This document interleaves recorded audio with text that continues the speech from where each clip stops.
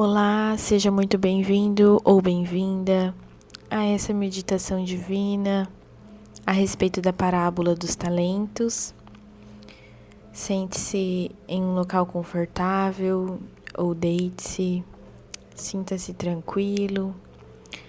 Neste momento, determine para sua mente, seu consciente, subconsciente, inconsciente, que você está totalmente concentrado e focado no aqui e no agora.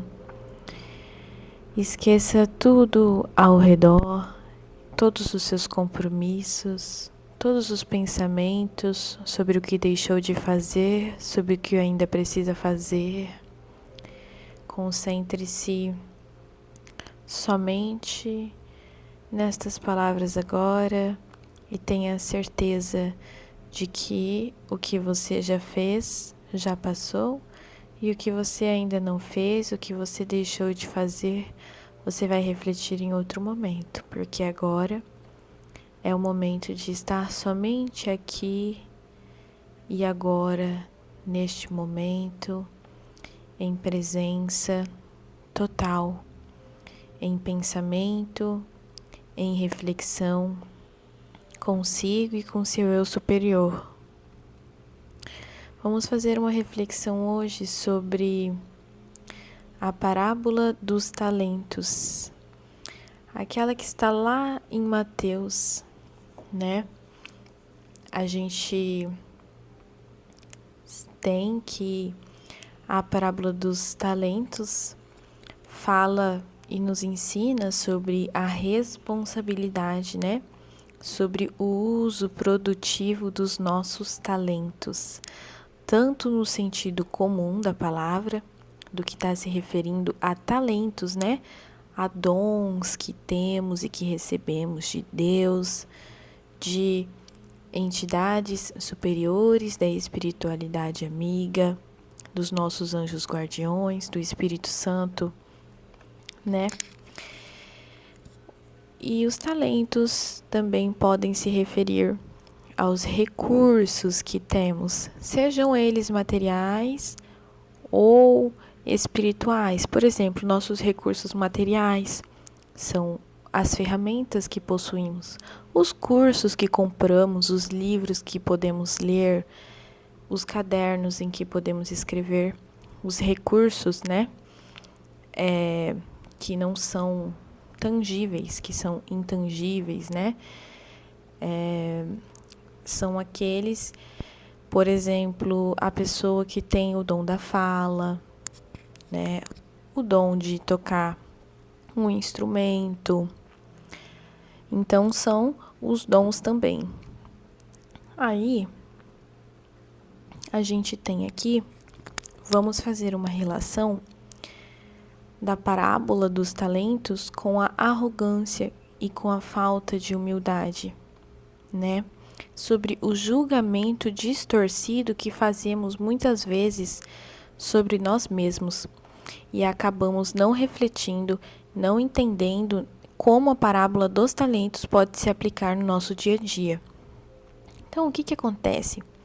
Quando a gente recebe um talento, um recurso, tangível ou intangível, a gente tem que saber empregá-los. Quando a gente tem o tempo, que é um talento intangível, porque nós não podemos pegar o tempo, mas nós temos que administrar o tempo. Bem empregá-lo a favor do bem, a favor de investirmos em coisas que vão nos fazer bem, que vão nos fazer evoluir, nos fazer melhorar de alguma forma ou fazer o mundo ao nosso redor melhorar, né? Então, aqui eu vou falar também sobre a coragem, né, de começar, que também envolve a parábola dos talentos. Por quê? Porque quando a gente não começa a fazer as coisas, a gente não tem a coragem suficiente para fazer, muitas vezes a gente nos julga, né? A gente fala que estamos com preguiça, que estamos com medo de começar e de errar. Estamos com falta de vontade, com falta de ânimo. E a gente tem que perceber que muitas vezes isso daí vem da nossa própria falta de humildade. Por quê? Porque às vezes o que nos deixa com preguiça de fazer algo, na verdade não é preguiça que está nos tomando, na verdade é o medo de errar, é o perfeccionismo, o medo de não estar pronto. Então a gente começa a pensar que não vamos dar conta e a gente não começa a fazer o que a gente tem que fazer, porque somos Deus humildes, não queremos errar, queremos estar preparados para começar. Eu não vou começar a dar palestra agora, porque eu não me sinto preparado para falar. Não vou começar a tocar piano, porque eu não me sinto preparado na igreja, ou onde quer que for, que seja, né? Eu não vou começar a trabalhar com vendas agora, por mais que eu goste, porque eu não me sinto preparado. Isso é falta de humildade. Aonde quer que a gente esteja, a gente vai se preparar. É começando que a gente erra e a gente trabalha a nossa humildade para a gente conseguir aplicar os nossos talentos que viemos para aplicar aqui no planeta Terra. Toda vida tem uma função. Se a gente está aqui, a gente tem uma missão para cumprir. Ninguém sabe da sua missão, mas às vezes você tem uma luzinha interior, uma intuição, algum sentimento interno dentro de você que fala. Fale em público, escreva um livro, toque piano, dê uma palestra, ensine alguém.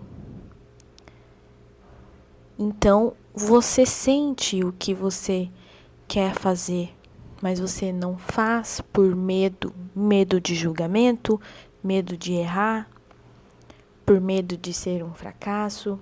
Isso é falta de confiança, é falta de humildade, é falta de empregar os talentos da forma correta. Muitas vezes a gente não sabe como empregar os nossos talentos, mas a Bíblia nos diz que devemos trabalhar os nossos talentos, né?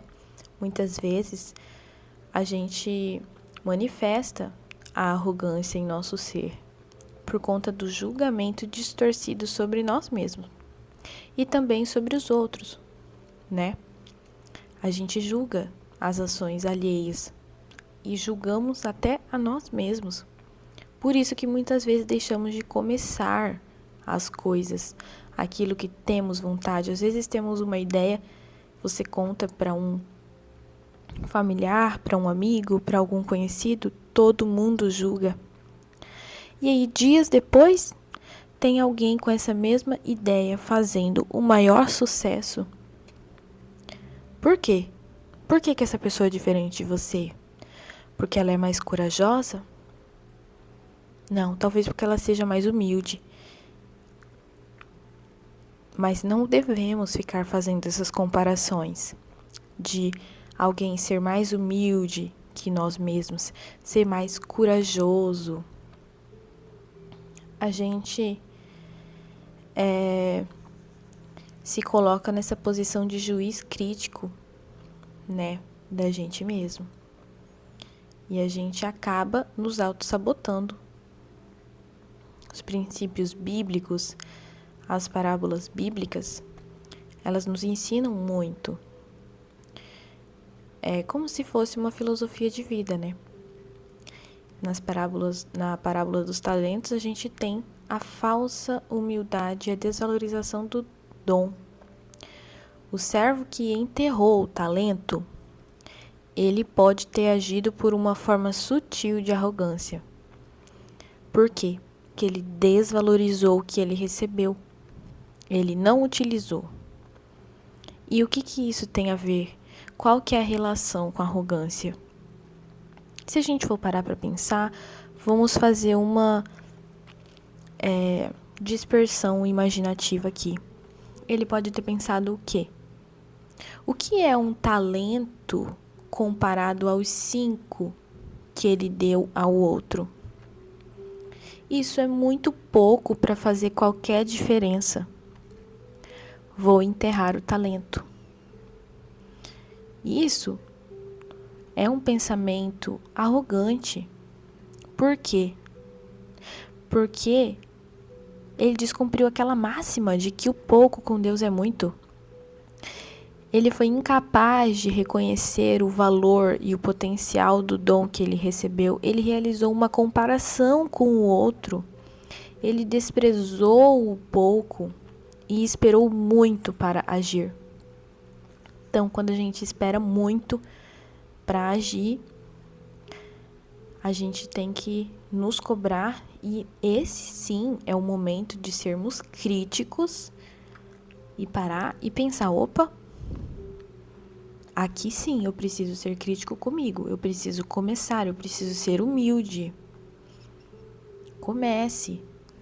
Você vai errar, você vai cair, você vai quebrar a cara, mas pelo menos você teve a humildade e desfez e quebrou essa arrogância, esse medo de errar, entendeu? E você estará empregando os seus talentos, você estará cumprindo um preceito bíblico. A falta de ação, a improdutividade são coisas condenadas por essa parábola. E também de tabela a arrogância, a falta de humildade. A humildade ativa, ela faz com que a gente se torne seguro no que a gente está fazendo. Então, a arrogância de querer evitar o erro a todo custo leva à paralisia. Faz com que a gente não empregue os nossos talentos. E essa parábola ensina isso, né? E é sobre isso que a gente tem que refletir. E é nesse momento que temos que ser críticos com a gente. E não ser críticos em outros momentos. No momento de começar, é o momento de sermos críticos no seguinte ponto. Precisamos começar para quebrar a falta de humildade, para quebrar a arrogância. Eu vou ser crítico até eu conseguir começar. Mas não é para ser crítico no sentido de se comparar com o outro que recebeu mais que você. É para você investir com o que você tem. Você vai estudar com o que você tem. Você vai plantar com o que você tem, com a semente que você recebeu, com o talento que você recebeu, e não se comparar aos outros. Essa crítica de se comparar aos outros e de se questionar a Deus, por que você recebeu menos, ao invés de utilizar o que você tem e fazer multiplicar, essa crítica é a crítica errada. Aonde você tem que se criticar é no momento de ser humilde. Você precisa ser humilde. Precisa praticar a humildade, parar de ser arrogante, parar de ter medo de começar. Então, é difícil, é um aprendizado, uma lição muito valiosa, que pode servir inclusive para quem não acredita na Bíblia, porque é um aprendizado de vida, né? Mas eu acredito, pessoalmente, particularmente, que a Bíblia é um manual da vida. E eu acredito muito em Deus. E acredito que eu espero que vocês tenham tido uma ótima reflexão, parem para pensar sobre isso e voltem para mais. Se vocês tiverem gostado, façam suas anotações, suas orações em qualquer crença que vocês tenham, ou suas reflexões apenas, como questões filosóficas. É isso por hoje, tá bom? Tenham um bom dia, uma boa tarde ou uma boa noite. Aliás, uma boa manhã, uma boa tarde ou uma boa noite. Até mais.